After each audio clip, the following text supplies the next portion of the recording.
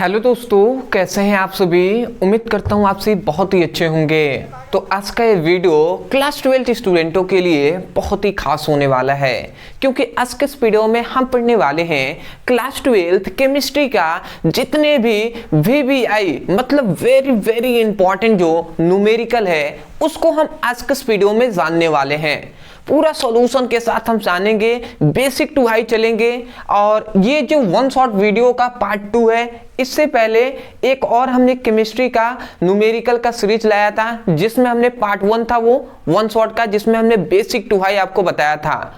But ऐसा संभव नहीं था कि एक ही वीडियो में आपको पूरे संपूर्ण किताब को बता दिया जाए न्यूमेरिकल, इसलिए पार्ट 2 बनाना जरूरी था। तो इसमें भी हम जितने भी इंपॉर्टेंट न्यूमेरिकल हैं उसको हम देखेंगे।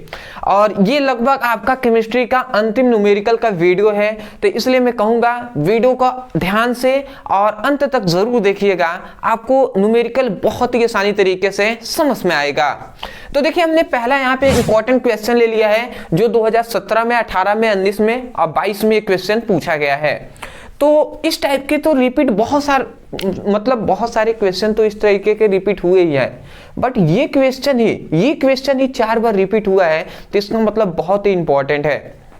समझिएगा, कहा जा रहा है कि प्रथम कोटि की अभिक्रिया, क्या कहा जा रहा है कि प्रथम कोटि की अभिक्रिया 50 सेकेंड में पदार्थों की सांद्रता प्रारंभिक सांद्रता की आधी रह जाती है, तो इसके वेग का वेग स्थिरांक ज्ञात कीजिए।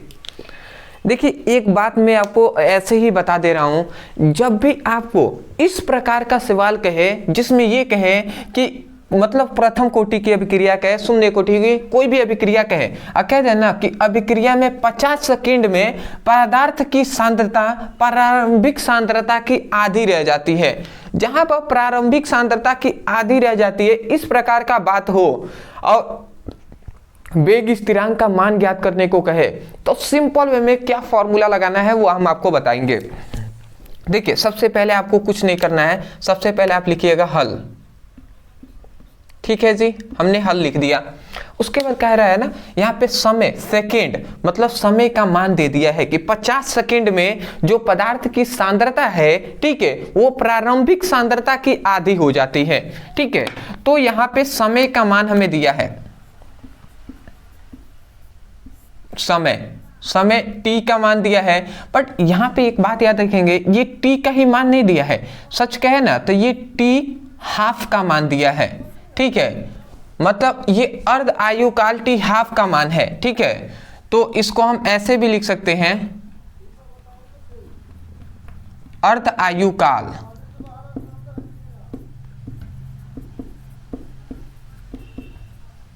अर्ध आयुकाल t हाफ का मान दिया है जो है 50 सेकेंड।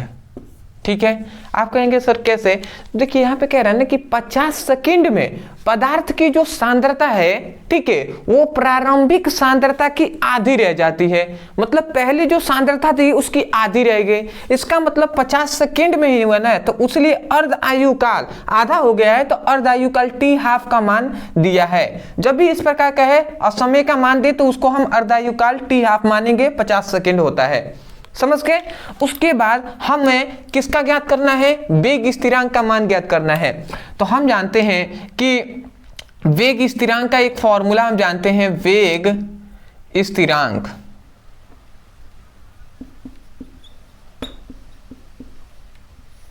वेग स्थिरांक जो k इक्वल टू हम फॉर्मूला जानते हैं 0.693 बाई t1/2 हाफ होता है।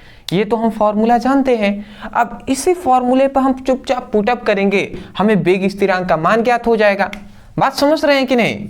ये जो फॉर्मूला आपको दिखाई दे रहा है ये अर्ध आयुकाल का फॉर्मूला है, इस पर हम पुटअप नहीं कर सकते हैं, वैसे ही हम करेंगे। यहाँ पे ध्यान से आप समझेंगे कि इसी का मान हमें ज्ञात करना है 0.693, ये हमने लिख दिया। उसके बाद t हाफ का मान दिया है 15, 50 दिया है, 50 लिख दिया हमने। उसके बाद समझिएगा हम क्या करेंगे, 10 का ऊपर गुणा 10 का नीचे गुणा ऐसे कराते हैं। क्यों करा रहे हैं, क्योंकि सॉल्व करने में आसानी हो। अब समझिएगा, जब हम ऐसा करते हैं तो 10 का अगर गुणा होगा ना, तो ये जो दशमलव है ये एक अंक इधर आ जाएगा, मतलब 6.93 आ जाएगा। अगर इधर हम देखें तो ये 50 में 10 का गुणा होगा तो 500 हो जाएगा। तो अगर आप सोचे तो 500 को 5 गुणे 100 लिख सकते हैं। 100 में 5 का गुणा करेंगे तब भी 500 होगा, या 50 में 10 का गुणा करेंगे तब भी 500 होगा। तो इस प्रकार हम लिख दे रहे हैं। इस प्रकार लिखने से फायदा क्या होगा वो आपको पता चल जा रहा है। अभी देखिए फायदा ये हो रहा है कि अगर हम चाहें इसको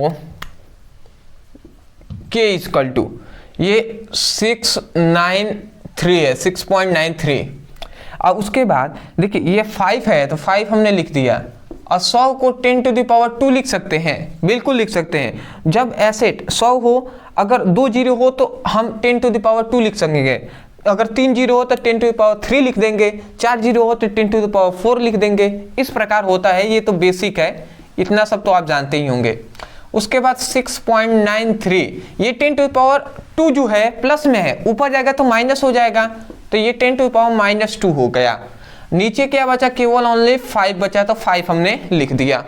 ठीक है जी। अब बताइए 5 में यदि 6.93 में अगर आप भाग देते हैं 5 से तो क्या आ जाएगा। देखिए 5 एकम में 5 एक बार में तो चला जाएगा, ठीक है। उसके बाद 1.386 और इंटू 10 टू द पावर -2, यही आपका आंसर आ जाएगा। अगर आप भाग देते हैं 5 में इतने का, ठीक है, तो आपका ये आंसर आ जाएगा। इतना भाग देंगे तो इतना आएगा, ये 10 टू द पावर 2 है तो ये हमने लिख दिया। और ये किस में आएगा, सेकेंड इनवर्स आप लिख देंगे, सेकेंड इनवर्स, ठीक है। तो ये आपका आंसर हो गया। आशा करता हूं आपको समझ में आ रहा होगा। तो वेग स्थिरांक पर ज्यादातर इस प्रकार का फॉर्मूला आपको दिया जाता है, और इसी पर देखिए ज्यादा हार्ड ये क्वेश्चन नहीं है, बट ये है ना कि क्वेश्चन समझ में भी आना चाहिए कि किस फॉर्मूले का हमें उपयोग करना है, प्रयोग करना है, जिससे हम क्वेश्चन को सॉल्व कर पाएं। अब जिन विद्यार्थियों को ये फॉर्मूला ही नहीं पता वो कैसे कर पाएंगे। तो मैं यही कहूँगा खासकर आपसे कि देखिए इस टाइप के बहुत सारे न्यूमेरिकल हैं जो पूछे गए हैं, अलग अलग प्रकार से पूछे गए हैं। तो अगर सामान्यतः देखा जाए तो इसी प्रकार का ही पूछा जाता है, केवल वैल्यू कहीं 50 दे दिया, कहीं वैल्यू थोड़ा सा चेंज कर देता है, अदर कोई भी डिफरेंट नहीं होता है। तो इस तरीके का अगर क्वेश्चन आए तो इसी प्रकार सॉल्व करना है, इसी फॉर्मूले का उपयोग वहां पे प्रयोग करना है। कहीं कहीं तो आपसे केवल क्या दे देगा, कहीं कहीं सिंपल है में ना टी हाफ कह देगा कि किसी प्रथम कोटि की अभिक्रिया का अर्धायु काल इतना है, ठीक है। कोई भी अंक दे देगा, 50 दे देगा, 30 दे देगा, 40 दे देगा, और कहेगा वेग स्थिरांक की गणना कीजिए।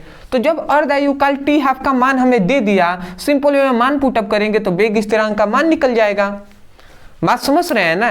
तो क्वेश्चन तो बहुत सारे हैं। लोग कहते हैं, बहुत से ऐसे स्टूडेंट हैं जो कहते हैं कि सर इतना न्यूमेरिकल तैयार कर लेंगे तो हो जाएगा। मैं हमेशा उनसे कहता हूं, देखिए न्यूमेरिकल तो अनंत है। न्यूमेरिकल तो एक ही क्वेश्चन में हम 1000 बार मान अलग अलग करेंगे, अलग अलग न्यूमेरिकल बन जाएगा। बट हमें न्यूमेरिकल जो टाइप है ना वो समझना है कि कितने टाइप के न्यूमेरिकल बनते हैं, उस टाइप से हम देखना है और उसको सॉल्व करना है। इसलिए मैं कहता हूं कि बी प्रैक्टिस बार बार कीजिए, अधिक बार कीजिए। जितना आप प्रैक्टिस करेंगे उतना ही आपको अच्छे तरीके से समझ में भी आएगा और सॉल्व करने में आसानी भी होगा। मैं आशा करता हूं आप समझ गए होंगे ये क्वेश्चन। तो आप स्क्रीनशॉट ले लीजिए। अभी तो हमने स्टार्ट किया है, अभी तो न्यूमेरिकल बहुत सारे हम देखेंगे। स्क्रीनशॉट। तो अब हम देख लेते हैं अपने दूसरे इंपॉर्टेंट न्यूमेरिकल को। तो देखिए हमारा दूसरा इंपॉर्टेंट न्यूमेरिकल है जो है कि विलयन की मोललता की गणना कीजिए जबकि 440 ग्राम विलायक में 20 ग्राम सोडियम हाइड्रोक्साइड घुला हुआ है। 2019 में ये क्वेश्चन पूछा गया है। देखिए एक बात ये भी इंपॉर्टेंट है कि 2019 में ही क्वेश्चन ये पूछा गया है, तो ऐसा बिल्कुल भी नहीं है कि ये इंपॉर्टेंट नहीं है। मैं कह सकता हूं कि ये बहुत ही इंपॉर्टेंट है। आप कहेंगे सर कैसे? तो देखिए इस टाइप का मैं कह सकता हूं आपके बुक में और आपके प्रीवियस ईयर बोर्ड एग्जाम में 2014 से लेकर अभी तक मैं कह सकता हूं कि कम से कम 20 से 25 क्वेश्चन इस प्रकार के बोर्ड एग्जाम में पूछे ही गए हैं। केवल इसी प्रकार के 20 मैं कह सकता हूं 20 से 25 क्वेश्चन पूछे गए हैं। तो 20 से 25 क्वेश्चन तो बहुत होते हैं ना, बहुत होते हैं। तो मैं ये कहूँगा कि इस टाइप के क्वेश्चन जरूर आप अच्छे से समझिएगा, और ये कभी भी पूछा जा सकता है। बट हाँ ये है कि जो वैल्यू है ना ये हमेशा चेंज करके देता है और चेंज करके पूछता है। बट हमें तरीका सीखना है। यदि हमने तरीका सीख लिया कि कैसे इस टाइप के न्यूमेरिकल को सॉल्व करेंगे तो हमें तो कोई दिक्कत ही नहीं होने वाली। वैल्यू चेंज करेंगे, क्या दिक्कत है भैया, गुणा भाग जोड़ घटाना तो आता ही है, हम करेंगे। ठीक है, तो सॉल्व करते हैं हम। देखिए सबसे पहली बात तो यही, हमने दो ही बात कहा है, टारगेट आपका पता होना चाहिए। टारगेट हमारा पता चल गया कि विलयन की मोललता की गणना कीजिए। ठीक है, टारगेट हमें पता चल गया।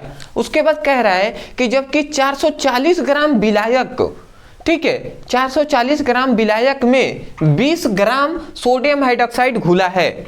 तो कौन घुला है, जो 20 ग्राम सोडियम हाइड्रोक्साइड है ये घुला है किसमें, तो 440 ग्राम विलायक में।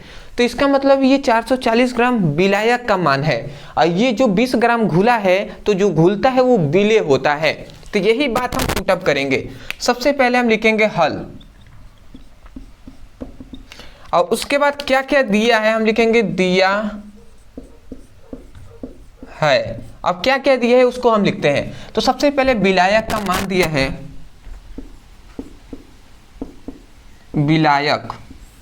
विलायक का मान दिया है 440 ग्राम। ठीक है जी, 440 ग्राम विलायक का मान दिया है। इसको हम केजी में चेंज कर लेते हैं। क्यों हम केजी में चेंज कर रहे हैं वो आपको आगे पता चलेगा। ठीक है, अभी फिलहाल हम चेंज कर ले रहे हैं। तो जब हम केजी में इसको चेंज करते हैं ना तो ध्यान से आप समझेंगे, अगर हम केजी में चेंज करेंगे तो क्या करना होगा, हमें सिंपल में 1000 से इसमें भाग देना होगा। जब हम 1000 से भाग देते हैं तो 3 जीरो है ना, तो मान लेते हैं अभी यहाँ पे दशमलव है। ठीक है, सपोज डेट यहाँ पे ऐसे दशमलव है, तो ये 1 जीरो अगर इधर कटता है तो 0.1 इधर आएगा, फिर से 1 जीरो कटेगा तो यहाँ पे आ जाएगा 0.1 कटेगा तो यहाँ पे आ जाएगा। तो इसका मतलब क्या हुआ कि इसका मतलब ये हुआ कि तीन अगर जीरो कट रहा है, यहाँ से नीचे अगर 1000 से हम भाग देंगे ना तो दशमलव यहाँ पे आ जाएगा। तो इसका मतलब क्या हुआ, इसका मतलब ये हुआ कि यहाँ पे जो विलायक का मान आएगा वो क्या आ जाएगा 0.44। जीरो का कोई मतलब नहीं है, आगे आप जीरो भी लगा सकते हैं, कोई दिक्कत नहीं। तो ये 0.44 और ये क्या हो जाएगा केजी हो जाएगा, यहाँ पे भी केजी लिख सकते हैं। तो ये हमने सबसे पहले विलायक का मान निकाला है। ठीक है जी, ये हमने विलायक का मान ले लिया। मैं आशा करता हूं आपको समझ में आ रहा होगा। उसके बाद विलायक का तो हमने मान केजी में ज्ञात कर लिया। अब उसके बाद विलेय का मान दिया है 20 ग्राम, तो हम लिखेंगे विलेय। अच्छा, एक और बात है कि विलायक का क्या दिया है, ये विलायक का क्या है, भार है। ग्राम किसका मतलब होता है, भार का ही ना। तो इसका मतलब विलायक का भार है। ये आपसे कंफ्यूज इस बात से नहीं होना है, मैं यहाँ पे नहीं लिख रहा हूँ तो इसका मतलब ये नहीं है, विलायक का ये भार है। ठीक है ना, तो ये विलायक का भार। इसी प्रकार विलेय का भार, तो विलेय का भार कितना दिया है 20 ग्राम, तो ये 20 ग्राम हमने लिख दिया। जैसे हमने विलेय का भार ज्ञात किया है उसी प्रकार विलेय का अणु भार भी हम ज्ञात करेंगे। तो हम लिखते हैं विलेय का अणु भार, विलेय का अणु भार कहें या आणविक द्रव्यमान कहें, दोनों बात एक ही है। विलेय कौन है, सोडियम हाइड्रोक्साइड है। तो ये बताइए कि जो सोडियम हाइड्रोक्साइड है तो इसका अणु भार आप कैसे निकालेंगे, सिखाया हमने। क्या सिखाया है, देखिए सोडियम है, सोडियम का परमाणु द्रव्यमान कितना होता है 11/22 होता है। ठीक है, तो 23 इसका होता है, तो 23 और संख्या कितनी है 1 है, तो 1 का गुणा कराने का कोई फायदा नहीं है। ऑक्सीजन एक ही है तो ऑक्सीजन का 16 होता है और हाइड्रोजन का 1 होता है। तो इतना तो आप समझ ही रहे हैं। 23 6 16 कितना 39 1 40, तो ये 40 हो गया ग्राम प्रति मोल। ठीक है, तो ये 40 ग्राम प्रति मोल विलेय का अणुभार हमने निकाल लिया है। अब जिन विद्यार्थियों को अणुभार निकालने नहीं आता, हालांकि हमने न्यूमेरिकल में भी सिखाया है बहुत बार, बट अगर आपको डिटेल में समझना है केवल आप इस वीडियो को देखने के पश्चात आप लिखिएगा अणु भार निकालना सीखें ब्रदर सर। इतना लिखकर आप सर्च करेंगे, वीडियो आपको तुरंत यूट्यूब पर ही मिल जाएंगे, वहां से इसकी पढ़ाई कर सकते हैं और सीख सकते हैं कि अणु भार कैसे निकाला जाता है। ठीक है, तो इतना सब अगर हमने कर लिया ना, उसके बाद अब हम नॉर्मली अब आराम से निकाल सकते हैं मोललता। क्यों? हम लिखते हैं कि मोललता,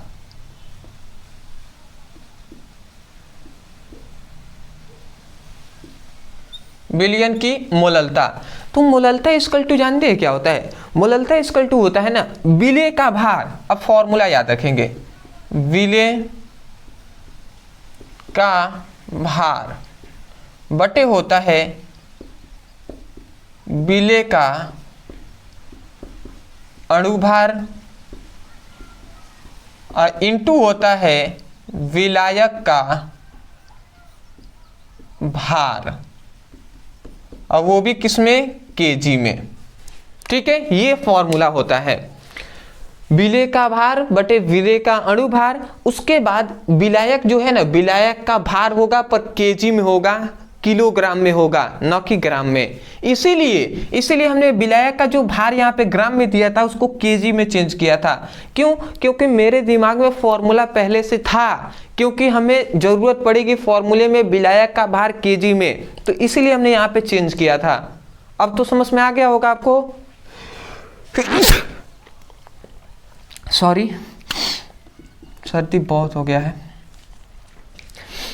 अब पुटअप कर देते हैं हम, मान निकल जाएगा आपका। मोललता, विलेय का भार कितना है?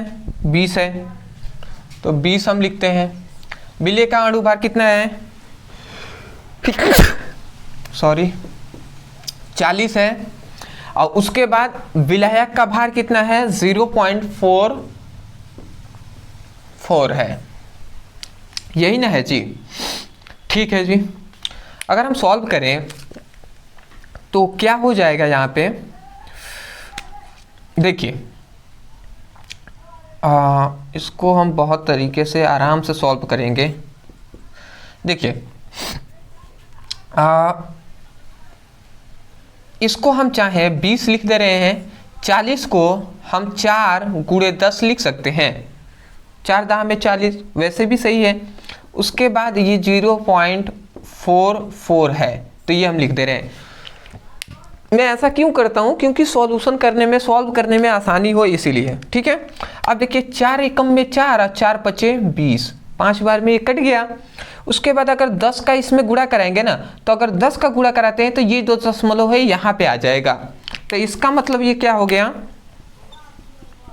मोललता इक्वल टू ऊपर आ गया 5 और नीचे की तरफ अगर 10 गुणा होता है तो 4.4 आ जाएगा। अब देखिए, अगर आप 4.4 में अगर आप 5 से गुणा करते हैं तो मुझे लगता है 0.9 ऐसे कुछ आएगा आपका। मैं आपको कंफर्म आंसर बता दे रहा हूं आपका। आपको अगर हम सॉल्व करते हैं तो नहीं जी 1 आएगा ना, 4 एकम में तो 4 एक बार में तो चला ही जाएगा। ठीक है जी, नहीं मिस्टेक। देखिए 4 अगर सपोज डेट दशमलव अगर हटा भी दे तो सोचे तो 4 एकम में 4 एक बार में तो जाएगा ही, तो 1.13 आ जाएगा, 1.13 आ जाएगा।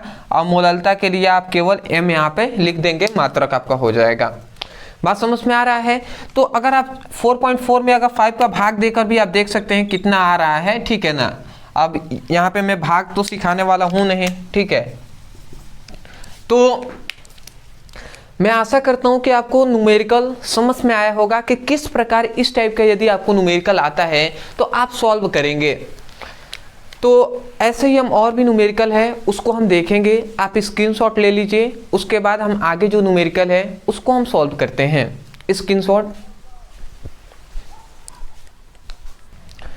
तो आशा करता हूं दोस्तों आपने अच्छे तरीके से स्क्रीनशॉट ले लिया होगा। तो अब हम देख लेते हैं अपने अगले इंपॉर्टेंट न्यूमेरिकल को। तो यहाँ पे हमारा अगला इंपॉर्टेंट न्यूमेरिकल है और इस टाइप के बहुत सारे न्यूमेरिकल आपके पूछे गए हैं और ध्यान से आप समझेंगे। देखिए कह रहा है कि 27 डिग्री सेल्सियस पर यूरिया के विलयन का परासरण दाब ज्ञात कीजिए और यहाँ पे R का मान दिया है 0.081 L ATP प्रति केल्विन इंटू मोल दिया है और यहाँ पे 2017 में 23 में ये क्वेश्चन पूछा गया है। मतलब यही क्वेश्चन रिपीट हुआ है। इस टाइप के तो बहुत सारे क्वेश्चन अलग अलग वर्षों में पूछे गए हैं बट रिपीट हुआ है तो इसका मतलब बहुत ही इंपॉर्टेंट है। अब इसको हम सॉल्व करते हैं। देखिए सबसे पहली बात मैं यही कहूँगा, इस टाइप का जो न्यूमेरिकल है ना ये इसी प्रकार सॉल्व होगा, यही आपको समझना है। देखिए सबसे पहले यहाँ पे डिग्री सेल्सियस दिया है मतलब ताप का मान दिया है, तो हम सबसे पहले यहाँ पे लिखते हैं ताप दिया है। अब क्या क्या दिया है, यहाँ पे दिया है ताप का मान, ठीक है। टी का जो मान दिया है वो 27 डिग्री सेल्सियस दिया है। देखिए सेल्सियस डिग्री मतलब यहाँ पे अगर आप देखें तो 27 डिग्री सेल्सियस दिया है ना, तो इसको हम केल्विन में चेंज करेंगे क्योंकि परासरण दाब हमें ज्ञात करना है, ठीक है। वही तो हमें ज्ञात करना है परासरण दाब। तो परासरण दाब ज्ञात करने के लिए हमें केल्विन में ही ताप का मान हमें पता होना चाहिए। तो ताप को हम कैसे केल्विन में, डिग्री से जो सेल्सियस है इसको हम केल्विन में कैसे चेंज करेंगे। केल्विन में हम चेंज कर देंगे 27 में 273 से हम क्या कर देते हैं, ऐड कर देते हैं, ठीक है। तो ये केल्विन में आपका चेंज हो जाएगा। अगर हम अब देखें तो इन दोनों को अगर हम ऐड करते हैं तो 7 3 10 0 और 3 7 3 7 2 9 1 10 0 और 3 1 2 3, मतलब ये आ गया 300 केल्विन ताप, ठीक है जी। तो डिग्री सेल्सियस में दिया था, इसको हमने केल्विन में चेंज कर लिया ताप को।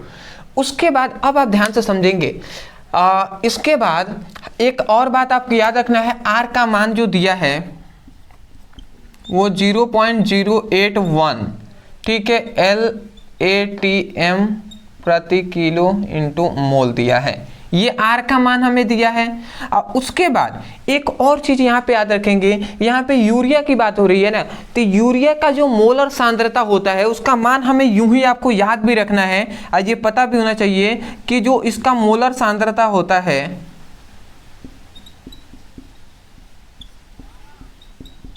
मोलर सांद्रता जिसे हम N/V से भी, इसका फॉर्मूला N/V होता है, तो मोलर सांद्रता का करेक्ट जो मान होता है N/V का जो मान होता है वो कितना होता है 1/10 होता है, ठीक है। ये बात आपको याद रखना है कि यूरिया का जो मोलर सांद्रता जो होता है वो 1/10 इसका मान होता है। N क्या है, मोलों की संख्या, V क्या है, यूरिया का आयतन है। तो ये आपको, ये सभी मान आपको पता होना चाहिए। देखिए ये मान आपको याद करना होगा, ठीक है, जो यूरिया का मोलर सांद्रता हमने निकाला है। अब इसको हम सॉल्व कर लेते हैं।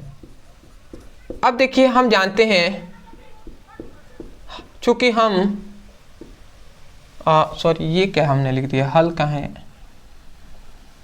चूंकि हम जानते हैं परासरण दाब, परासरण दाब का फॉर्मूला हम क्या जानते हैं, हम जानते हैं P भी इक्वल टू NRT, ये हम फॉर्मूला जानते हैं। अब इस फॉर्मूले पर अगर हम देखें, अगर ये तो हम फॉर्मूला जानते हैं सामान्यतः। अब देखिए ये इधर भी क्या है, गुणा में, इधर आएगा तो भाग कराएगा, तो यहाँ पे अगर हम देखें तो N/V आ गया इंटू R इंटू T हो जाएगा, होगा कि नहीं होगा। अब ध्यान से आप समझेंगे, ये N/V का मान 1/10 दिया है तो 1/10 लिखते हैं। R का मान हमें कहाँ पे दिया है, R का मान यहाँ पे दिया है 0.081 ये दिया है, और T का मान 300 केल्विन दिया है, तो ये हमने लिख दिया। अब इसको सिंपल में आप सॉल्व तो कर ही सकते हैं। कैसे हम सॉल्व करें इसको, ध्यान से आप समझेंगे। देखिए एक जीरो से ये एक जीरो तो कैंसिल हो गया, उसके बाद यहाँ पे p इजकल टू 0.081 ये बचा, इधर 30 बचा। अब देखिए अगर हम 0.081 में अगर 30 से हम क्या करते हैं 13 से गुणा कराते हैं तो आपका आ जाएगा 2.43, ये आपका आ जाएगा ATM प्रासरण दाब का मात्रक। तो ये आपका आ जाएगा आंसर। आप गुणा करा कर तुरंत आप देख भी सकते हैं, ठीक है। अगर 13 में आप 30 में अगर आप गुणा कराते हैं 0.081 से तो आपका 2.43 आ जाएगा ATM। तो ये हुआ परासरण दाब का क्या हो गया, क्वेश्चन का आंसर हमने सॉल्व कर दिया। देखिए ये फॉर्मूला आप यूं ही अभी मैं कह रहा हूं कि याद कर लीजिए, अगर याद नहीं है तो एक और ये भी याद रख लीजिएगा कि यूरिया का मोलर सांद्रता N/V = 1/10 होता है। समझ गए, स्क्रीनशॉट ले लीजिए। इस टाइप के हम एक और अभी आपको जस्ट न्यूमेरिकल सॉल्व कराते हैं, जिससे इस टाइप का आपको कंफर्म हो जाए कि अगर इस टाइप का क्वेश्चन आता है तो आप सॉल्व कर पाएंगे, क्योंकि बहुत बार परासरण दाब पर फॉर्मूले पूछे गए हैं, न्यूमेरिकल पूछे गए हैं। ठीक है, स्क्रीनशॉट। चलिए दोस्तों अब हम देख लेते हैं अपने नेक्स्ट न्यूमेरिकल को। तो यहाँ पे हमारा अगला इंपॉर्टेंट न्यूमेरिकल है, जो उसी टाइप का अभी हमने तीसरा न्यूमेरिकल सॉल्व किया था, इसी टाइप का ये न्यूमेरिकल है। तो ये आपको देखना है कि अभी आपको ये न्यूमेरिकल दिया जाए तो क्या आप इसको सॉल्व कर पाएंगे। तो चलिए हम समझ लेते हैं। देखिए यहाँ पे कह रहा है कि 0 डिग्री सेल्सियस ताप पर 0.45 ग्राम ग्लूकोज को 215 मिलीलीटर जल में घोलकर विलयन बनाया गया है। तो इसका परासरण दाब क्या होगा, जहां R = 0.0821 L ATM प्रति आपको क्या है केल्विन इंटू मोल है। 2018 में और 2020 में ये क्वेश्चन पूछा गया है। तो देखिए उसी टाइप का क्वेश्चन है, यहाँ पे भी परासरण दाब ही आपसे पूछ रहा है। तो यहाँ पे भी केल्विन ताप का मान दे दिया है। अब फिर से यहाँ पे जो इतना ग्राम ग्लूकोज को इतने मिलीलीटर जल में घोल कर विलयन बनाया गया है। तो देखिए यहाँ पे ग्लूकोज का भार दे दिया है और यहाँ पे जल का आयतन दे दिया है। मिलीलीटर आयतन ही होता है ना, आयतन का मात्रक मिलीलीटर या लीटर होता है। तो चलिए हम सॉल्व करते हैं। मुझे लगता है कि आप नहीं इसको कर पाएंगे, तो चलिए हम सॉल्व कराकर आपको दिखाते हैं। यदि कोई ऐसे विद्यार्थी हैं जिनको लगता है मैं सॉल्व कर सकता हूं, वो 2 मिनट वीडियो को रोज रोक कर और थोड़ा सा प्रैक्टिस कर सकते हैं, ट्राई कर सकते हैं, जिससे उनको पता भी चलेगा।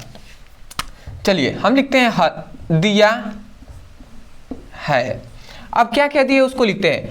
ताप है तो ताप दिया है, ताप T का मान, ताप T का मान 0 डिग्री सेल्सियस दिया है ना, तो 0 डिग्री सेल्सियस। हम जानते हैं कि परासरण दाब ज्ञात करने के लिए हमें सेल्सियस में नहीं केल्विन में चाहिए टेम्परेचर। तो हम क्या करेंगे, अगर हम इसका करते हैं तो 0 है और इसमें 273 जोड़ देंगे, केल्विन में निकल जाएगा। तो केल्विन का मान आ गया 273 केल्विन। ठीक है, तो ये हमें ताप का मान पता चल गया 273 केल्विन है। समझ में आ रहा है ना। अगर 1 होता तो 1 में 273 जोड़ देते तो 274 हो जाता। 0 है तो 273 ही हमने जोड़ा है। समझ रहे हैं। तो ऐसे आपको सबसे पहले हमने ताप का मान ज्ञात कर लिया।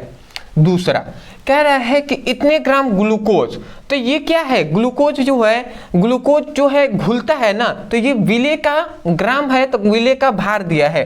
तो हम लिखेंगे कि विले का भार,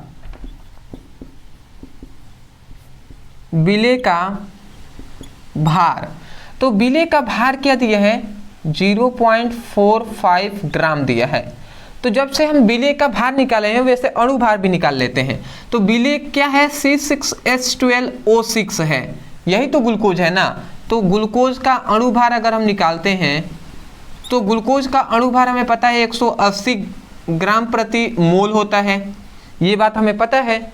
नहीं पता है तो मैं आपको सिखा भी दे रहा हूं थोड़ा सा। देखिए कार्बन की संख्या कितनी है, कार्बन की संख्या है 6 और कार्बन का परमाणु द्रव्यमान कितना होता है हम जानते हैं 12 होता है। तो 12 लिख देंगे। फिर से हाइड्रोजन की संख्या है 12, तो 12 अगुणे हाइड्रोजन का परमाणु द्रव्यमान 1 होता है, 1, फिर से प्लस देंगे, संख्या ऑक्सीजन की 6 है, तो 6 अगुणे ऑक्सीजन का परमाणु भार 16 होता है। अब सभी को हम ऐड करते हैं, 12 छक 72 हो जाएगा, 72 प्लस 12 प्लस 16 छक्के 96, 96 हो जाएगा। अगर हम इनको ऐड करते हैं, 6 2 8 2 10 0 9 10 7 17 1 18 180 आ गया। समझ रहे हैं ना? तो ये सब आपको आना चाहिए, नहीं आ रहा है तो वही अभी हमने बताया था शुरू में ही, अणुभार निकालना सीखें, ब्रदर से लिखेंगे आपको मिल जाएंगे। देखिए हमें विलेय का भार पता है, विलेय का अणुभार पता है, तो यहाँ पे हम मोलों की संख्या निकाल लेते हैं, अर्थात मोल। तो मोल इक्वल टू होता है भार बटे अणुभार, ये फॉर्मूला होता है, ये बात हमें पता है। अगर हम इस पे रखते हैं तो 0.45 लिख दिया, और इसका लिख देते हैं 180, तो ये आ गया। तो देखिए हमने मोल का हमने मान निकाल लिया है, 0.45 बाई 180 हमने लिख दिया, तो ये हमने मोल लिख दिया है। तो मोल का हमने मान ज्ञात कर लिया, क्यों हमने ज्ञात किया है वो आपको आगे समझ में आएंगे, ठीक है। देखिए हमने सबसे पहले ताप का यहाँ से निकाला, उसके बाद यहाँ पे ग्लूकोज का भार दिया था, तो भार से ही हमने अणुभार विलेय जो है उसका हमने मोलों की संख्या ज्ञात कर लिया। उसके बाद कह रहा है कि 250 ग्राम मिली जल में घोलकर विलयन बनाया गया है। तो मिली क्या है, मिलीलीटर है, तो इसका मतलब आयतन का मान दिया है। तो जल का आयतन कितना है, जल का आयतन यहाँ पे भी का मान दिया है, आयतन को भी से प्रदर्शित करते हैं, और मोलों की संख्या को याद रखेंगे हम n से प्रदर्शित करते हैं, ये कंफ्यूज नहीं होना है। तो भी का मान कितना दिया है, 250 मिलीलीटर ये दिया है। लीटर को हम मिलीलीटर को लीटर में हम चेंज करेंगे, तो भी इक्वल टू 250 है ना, इसमें अगर हम 1000 से भाग दे देते हैं तो ये लीटर में अब चेंज हो गया है, ये अब लीटर में चेंज हो गया है। अब देखिए यहाँ पे 3 जीरो है, अगर ये 3 जीरो को हटाना है तो यहाँ पे अगर दशमलव है तो 3 अंक इधर आ जाएगा, मतलब दशमलव यहाँ पे आ जाएगा। तो यहाँ पर 0.25 जीरो लिखे या ना लिखे कोई बात नहीं, तो ये लीटर हो जाएगा, ठीक है जी। तो देखिए ये हमने आयतन का मान निकाल लिया, भी का मान। उसके बाद आर का मान हमें यहाँ पे दिया हुआ है ही। तो अब देखिए अब हम क्या करते हैं, अब हम सिंपल में हम इसका मान पुटअप करते हैं, हमें पता चल जाएगा। देखिए हमें परासरण दाब ज्ञात करना है, तो हम लिखेंगे चूंकि परासरण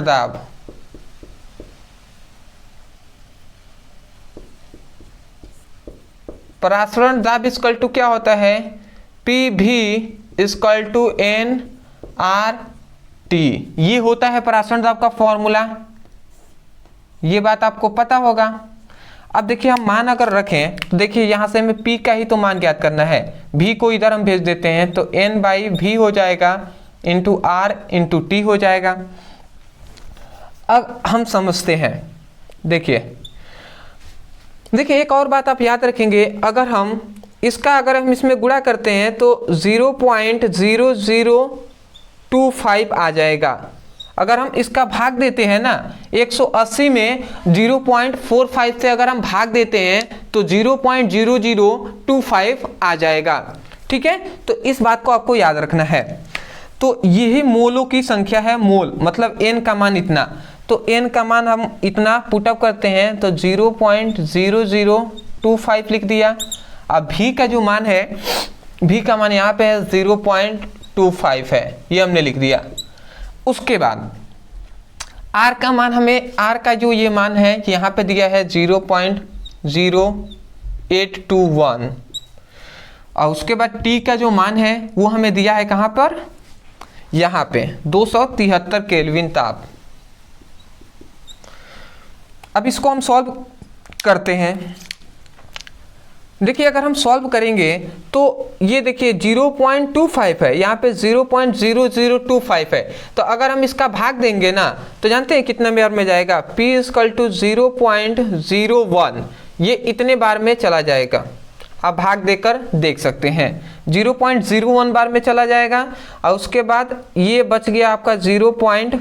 देखिए एक और बात आप याद रखेंगे, अब आप इसका इन दोनों में मतलब 273 में 0.08 जो 0.0821 में अगर गुणा कराते हैं तो आपका आ जाएगा, जो आएगा 22.4 आ जाएगा। ठीक है, आप गुणा कराकर देख सकते हैं। अब इसको अगर हम सॉल्व करें, P इक्वल टू 0.01 इंटू 22.4 में, तो आपका जो आंसर आ जाएगा 0.0224 ATM। तो ये आपका आंसर आ जाएगा। ठीक है, ये आपका आंसर आ जाएगा। समझ रहे हैं ना? तो गुणा कराना तो आपको आना चाहिए। अब वो क्लास 12th के आप स्टूडेंट है, आप गुणा भाग जोड़ घटाना ना आए तो ये तो अच्छी बात नहीं है। ठीक है, हालांकि मैं आपको बता दे रहा हूँ, ठीक है, बट गुणा भाग आपको आना चाहिए। ये है कि गुणा भाग कराते अगर मैं आपको करा कर एक एक बताता तो बहुत ज़्यादा समय लगता, इसलिए मैं जल्दी जल्दी ऐसे बता दे रहा हूँ। मैं आशा करता हूँ कि आपको समझ में आ रहा होगा। तो देख रहे हैं हमने मोलों की संख्या क्यों ज्ञात किया है, क्योंकि हमें पता था कि n की जरूरत पड़ेगी, इसीलिए हमने मोलों की संख्या यहाँ पे ज्ञात किया था। तो एक एक चीजें संबंधित होती हैं एक एक चीजों से। ठीक है, तो इसीलिए हम ऐसा करते हैं। तो मैं आशा करता हूं कि आपको अच्छे तरीके से यहाँ पे समझ में आ गया है। देखिए इस क्वेश्चन में दो ही चीजें ऐड किया था, एक इतने ग्राम ग्लूकोज को इतने, मतलब यहाँ पे n का मान नहीं दिया था, इन दोनों का मान दे दिया था। तो n का हमने ज्ञात कर लिया, अब v का मान हमने ज्ञात कर लिया है, तो n/v का मान हमने यहाँ पे पुटअप कर लिया है। अब इससे पहले वाले क्वेश्चन में मोलर सांद्रता का ही मान दे दिया था। ठीक है, तो अगर कहीं कहीं तो ऐसे कर दिया है कि केवल इतने 0 डिग्री सेल्सियस ताप पर मोलर सांद्रता इतनी है, तो मोलर सांद्रता इतनी है तो परासरण दाब ज्ञात कीजिए, आर का मान दे दिया है। तो मोलर सांद्रता का मान हम n/v के जगह पर रख देंगे, आर का मान इसमें दिया ही है, और ताप का मान हम यहाँ से पुटअप करेंगे, पी का मान निकल जाएगा। तो इस तरीके से हम सॉल्व भी करते हैं। ठीक है, मैं आशा करता हूँ कि आपको अच्छे तरीके से समझ में आ रहा होगा। हालांकि हमने 4 न्यूमेरिकल अलग अलग टाइप के हमने सॉल्व किया है, तो आप स्क्रीनशॉट ले लीजिए। और भी एक टाइप का न्यूमेरिकल है, उसको भी हम सॉल्व आपको कराते हैं। ठीक है, स्क्रीनशॉट। तो चलिए दोस्तों, अब हम देख लेते हैं अपने अगले इंपॉर्टेंट न्यूमेरिकल को। तो बहुत ही इंपॉर्टेंट ये न्यूमेरिकल है, ध्यान से आप समझेंगे। इस टाइप के भी बहुत सारे न्यूमेरिकल मैं कह सकता हूँ, बहुत सारे न्यूमेरिकल पूछे गए हैं, तो ध्यान से आप समझेंगे। कह रहा है कि 7.5 ग्राम पदार्थों को 75 ग्राम जल में घोलने पर हिमांक में 1.2 डिग्री सेल्सियस की कमी हुई। पदार्थों का अणुभार ज्ञात कीजिए। जल का मोलर अवनमन स्थिरांक Kf इक्वल टू 1.86 C है। 2019 में और 23 में क्वेश्चन पूछा गया है, इंपॉर्टेंट क्वेश्चन है, समझ लेते हैं। देखिए हमारा टारगेट क्या है, टारगेट हमें पता चल गया कि पदार्थों का अणुभार हमें ज्ञात करना है। तो हमें टारगेट पता चलने के पश्चात हम क्या करते हैं, जो जो वैल्यू दिया है उसको दिया है कर लिखते हैं पहले। तो हम यही बात करेंगे यहाँ पर भी। सबसे पहले जो वैल्यू दिया है उसको लिखते हैं। इतने ग्राम पदार्थों को इतने ग्राम जल में घोलने पर, मतलब इसको इसमें घोला गया है, तो इसका मतलब ये पदार्थ जो है, तो ये जो भार है, पदार्थ का भार जो दिया है वो कितना दिया है, स्मॉल w, पदार्थ को भार को स्मॉल w से दर्शाते हैं, तो ये दिया है 7.5, ये हमने लिख दिया। उसके बाद कह रहा है कि इतने ग्राम जल में घोलने पर, मतलब जल में घोला गया है, तो इसका मतलब जो जिसमें घुलता है वो विलायक होता है, तो जल विलायक है, तो इसको हम जल को विलायक यहाँ पे आगे लिख देते हैं, विलायक। ठीक है, जल को कोष्ठ में कर देते हैं। विलायक का भार दिया है, इसको हम कैपिटल W से दर्शाते हैं, वो दिया है 75 ग्राम। ठीक है जी। उसके बाद कह रहा है कि हिमांकों में इतने की कमी होती है, तो यहाँ पे हिमांक का अनुमान का मान दिया है, हिमांक का अवनमन जिसे हम TF से प्रदर्शित करते हैं, तो हिमांक का अवनमन का मान दिया है 1.2 डिग्री सेल्सियस, ये हमने लिख दिया। या आप सिंपल में ताप भी लिख सकते हैं, ताप इक्वल टू इतना, ठीक है, इससे कंफ्यूज आपको नहीं होना है, T से मतलब ताप ही है, ठीक है।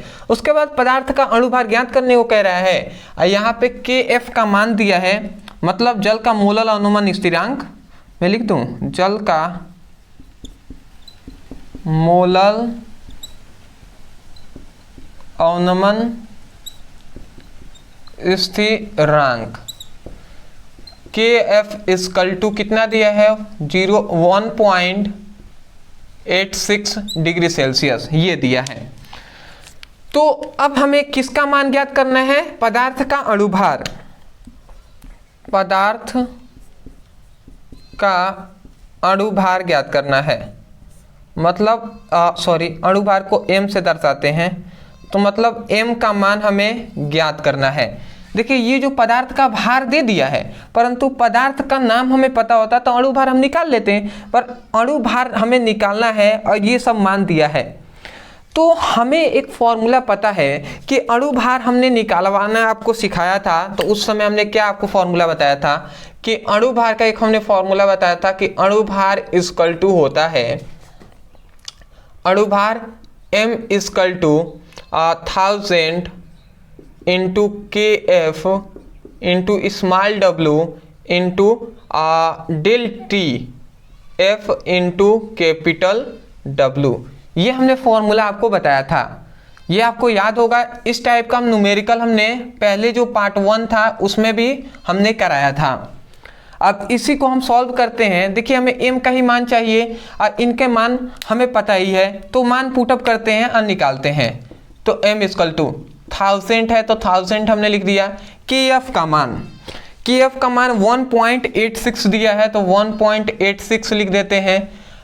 स्मॉल w का मान दिया है 7.5, ये हमने लिख दिया। उसके बाद डेल TF का मान दिया है 1.2 इंटू कैपिटल W का मान दिया है 75। अब आप इसका तो आप गुणा भाग आप कर ही सकते हैं, ठीक है, करते हैं जी, कोई दिक्कत नहीं है। देखिए ये 1000, देखिए 1.86 है और ये कितना है 7.5 है। यदि आप इन दोनों का अगर ऐड करते हैं, गुणा कराएंगे तो कितना आ जाएगा 13.95 आ जाएगा। और उसके बाद 75 में आप 1.2 से गुणा कराते हैं तो 75 दूना कितना होता है 150 का 0, अब 15 हासिल, 75 एकम 75, 75 15 90, ठीक है, 75 75 90 90 हो जाएगा, मतलब 90 आ जाएगा। आप गुणा करा कर देख सकते हैं, ये सब तो आप गुणा भाग तो आपको आना ही चाहिए। तो ये आपका 19 हो जाएगा, 90 हो जाएगा 90। अब समझिएगा, अब समझिए एक जीरो से एक जीरो ये कैंसिल हो जाएगा, ठीक है जी, एक जीरो से एक जीरो कैंसिल हो गया। उसके बाद यहाँ पे क्या बचा, m इक्वल टू 100 अगुणे 13.95 अब बगे 9। अब देखिए अगर 100 का अगर इसमें गुणा होता है ना, तो ये जो दशमलव है 2 जीरो है तो 0.20 इधर आ जाएगा 2 अंक, तो ये कितना हो जाएगा, ये सीधा अगर हम m इक्वल टू कहें तो m इक्वल टू 1395 भागे 9 हो जाएगा। और 1395 भागे 9 हो जाएगा, और अगर 9 से अगर आप इसका भाग देते हैं तो 155 बार में जाएगा, ठीक है। और अणुभार का मात्रा क्या होता है, ग्राम प्रति मोल होता है, ये हमने लिख दिया। तो 155 आपका हो जाएगा, आप भाग करा कर देख सकते हैं 155 बार में चला जाएगा, ग्राम प्रति मोल हो जाएगा। तो ये हुआ आपका आंसर। तो ये फॉर्मूला बहुत ही इंपॉर्टेंट है, मैं यही कहूँगा कि इस फॉर्मूले को बिल्कुल आपको याद कर लेना है, ठीक है। इसमें किसी का भी मान पूछ लेता है, कभी KF का मान पूछ लेगा, कभी इसका, कभी इसका, कभी इसका, कोई एक सभी का मान देगा, एक का किसी का मान नहीं देगा, पूछ लेगा। तो ये आपका कर्तव्य है कि फॉर्मूले याद करना और इस टाइप के न्यूमेरिकल को और भी प्रैक्टिस करना, सॉल्व करना। मैंने हालांकि आपके न्यूमेरिकल पर लगभग बहुत सारे वीडियो बनाए हैं। डिस्क्रिप्शन बॉक्स में फिजिक्स न्यूमेरिकल और केमिस्ट्री न्यूमेरिकल का लिंक आपको मिल जाएंगे, तो उस पर क्लिक करके आप जितने भी हमने न्यूमेरिकल का सीरीज अभी तक पढ़ाया है उन सभी को आप बिल्कुल देखिएगा और उससे समझिएगा, सीखिएगा और अपना बुक से भी प्रैक्टिस कीजिएगा। अदरवाइज मैं यही कहूँगा, यदि आपको वीडियो पसंद आया है तो वीडियो को ज़रूर लाइक कीजिएगा और चैनल पर नहीं होंगे तो चैनल को सब्सक्राइब कर दीजिएगा, क्योंकि आगे भी हम ऐसे ही कंटेंट आपके लिए प्रोवाइड कराते रहेंगे। और जितने भी आपके दोस्त हैं उनके पास इस लिंक को ज़रूर शेयर कीजिएगा। तो मिलते हैं एक नए टॉपिक के साथ, तब तक के लिए धन्यवाद।